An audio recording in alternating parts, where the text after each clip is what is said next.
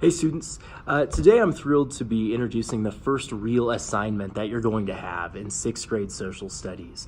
This assignment is kind of the precursor to your own personal island assignment, where you're all going to be creating your own map that really allows you to create your sort of dream island. And since this unit is kind of centered on being able to read maps and read and understand different types of maps, I thought it was appropriate that we start with a game, by playing a game which is very much influenced by map making. This game, the classic naval combat game of Battleship, is played on 2 different grids, and the whole idea is that you're trying to sink your opponent's battleship that they have on their grid being hidden from you.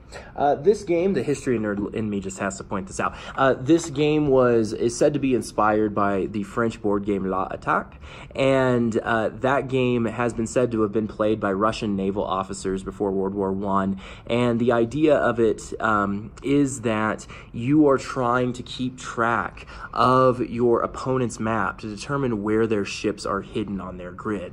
Now, with a similar idea, you're going to be playing a version of Battleship on a piece of paper. This game was introduced to me, it's been passed down in the Honeycutt family for generation. My dad is the first person who actually introduced it to me, and I'm not sure where he learned it from, but this game, this Paper Battleship game, let me introduce you to the secret of solving your boredom during any wait that you have for a restaurant. If you're without your phone and you need to pass the time, this is a perfect way to pass the time. So, to get started, instead of playing on 2 different grids where you and your opponent each have a separate grid, you're going to be playing on a single grid. So, if you want to get fancy with it, you can make sure that you and your opponent have equal space. So equal space like this, that separates. And also for those like me who can't draw a straight line no matter how hard I try, this allows you to make sure that it's fair, because this side will be your opponent's, this side will be yours. Now both you and your opponent need to draw your own island. This island can be drawn in any which way that you want. So here's how my map ended up. And the responsibility that you're going to have, so we'll pretend like this side is your side of the map, this side is your opponent's.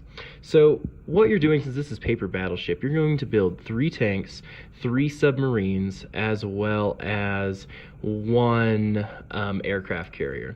And they look about like this. Now, you want to make them a little small, and we'll talk about why here soon.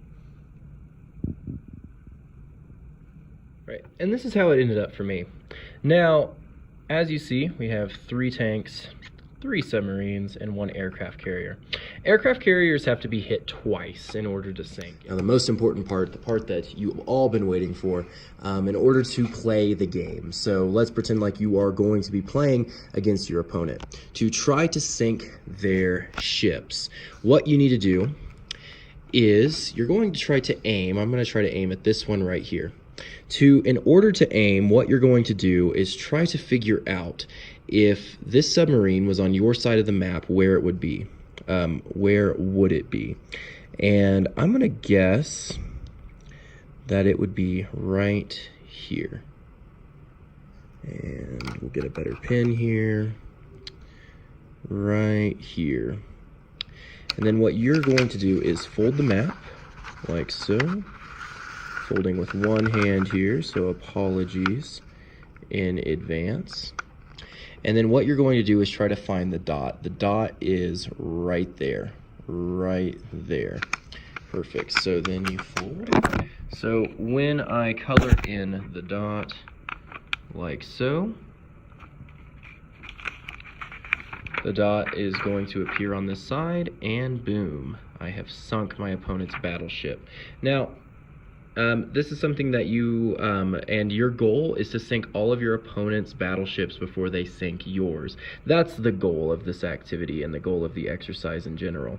And so, just to show you another example here, you could go to about right here, fold, and Ooh, it's close, but since I'm not playing an actual opponent, I will count it. And remember, with aircraft carriers, you will need to have 2 hits in order to sink an aircraft carrier. But the other thing you need to do is you're going to create a legend. Now, normally, legends are going to be on the map, but because you need this full piece of paper for this assignment, you and your partner are both going to create separate legends.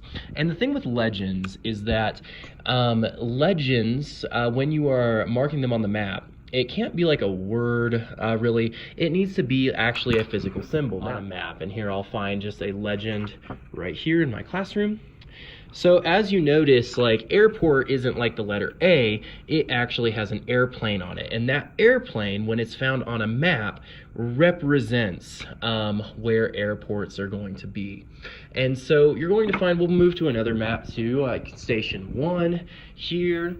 As you find on this legend here, it has different colors that are going to be on the map. And these colors represent different altitudes in the United States. So the brown color here represents an altitude from 7,500 feet to 12,000 feet, and the different colors, you see how the map is colored differently depending on what the altitude is in this portion of the United States. So for your legend over here, you are going to tell me what your tanks look like, submarines, and aircraft carriers. Students, a couple of things that you need to keep in mind when you are creating your legend.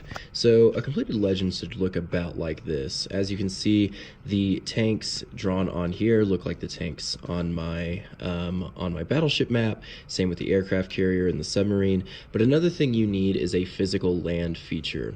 Here you have, because you all know my obsession with puns through my jokes of the day, I have the honey pond right here, the pond of honey shaped like a honey jar, and the paper cut forest, which again is a play on words for Mr. Honeycutt.